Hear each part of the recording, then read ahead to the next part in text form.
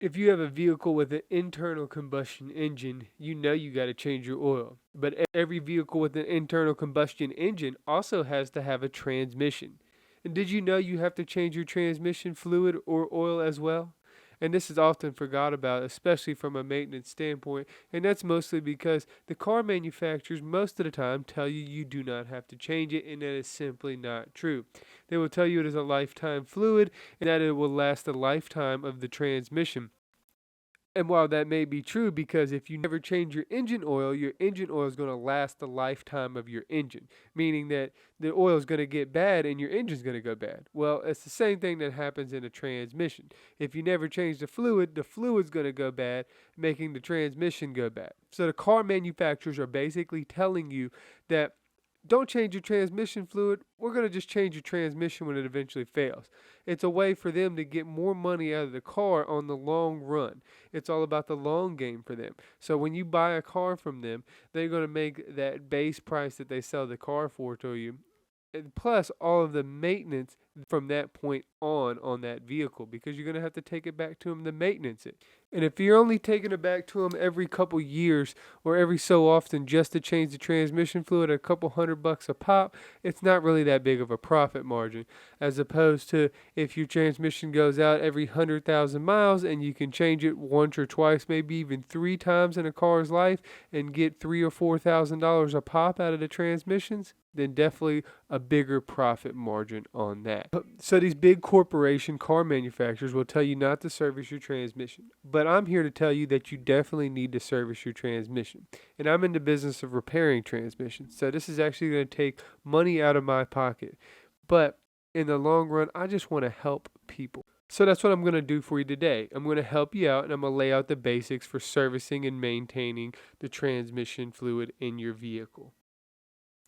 First, we're going to start with a couple questions. How often should you change your transmission fluid? Well, you should change your transmission fluid every 30,000 miles. How do you service your transmission? Well, there's two ways to service a transmission generally. It depends on what type of transmission you have. And you want to figure that out. There's several websites you can go on to figure out what transmission that you have. One of them I do like to use is called wittransmissions.com, and they are pretty accurate. Unfortunately, they only do cars up to 2015 models. You can also use Transtar, or you can just Google this and you can find out some pretty good information on what transmission you have. Now, depending on what transmission you have, you will either do one of two things. You will do what I call a transmission service, or we will do a transmission drain and fill. Most vehicles have a transmission that has a bottom pan on it. To service your transmission fully, you will have to remove this bottom pan, drain all the fluid out of it, and then there is a filter you can access. You replace that filter, the pan gasket, and fill it back up with the same amount of fluid that you took out of it. This is a full transmission service.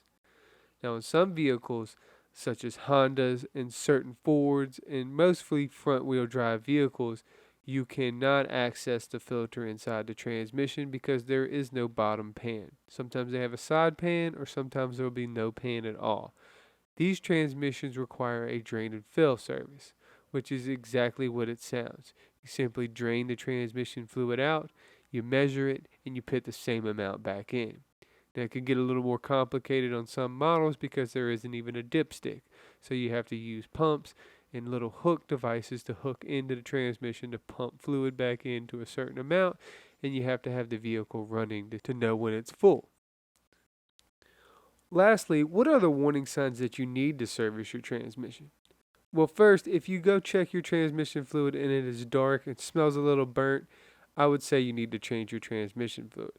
You can also look at your mileage. If you bought your car and used and it has over 60 to 70,000 miles, I would go take it to a mechanic and at least get it checked and probably just go ahead and get it serviced. It's not going to hurt. If your vehicle is whining and it seems like it's coming from the transmission, that is a big sign that your transmission fluid is low and you should go have it checked and possibly serviced. If you see any transmission fluid on the ground in your driveway or where you're pulling into your driveway, or maybe your spot at work, you should definitely take it into a mechanic, have them check for a leak, and possibly have it serviced. If you're sitting here watching this video and you're watching it because you're not sure if you should service your transmission or not, well, let me simplify it for you. If you already have a problem with your transmission and you're looking to see if a service is going to fix it, the answer is no. Now, if you have a car and you're just not sure when the last time the transmission was serviced, I would go ahead and service that thing. Again, there's multiple videos online to show you how to do this, and I will be releasing more videos with in-depth explanation on exactly how to get this done on your vehicle.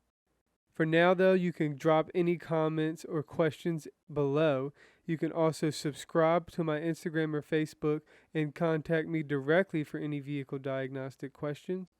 And be sure to check out my other channel where I'm doing project videos and other fun things. Be sure to like and subscribe to this channel. And until next time, you can just call me Eddie.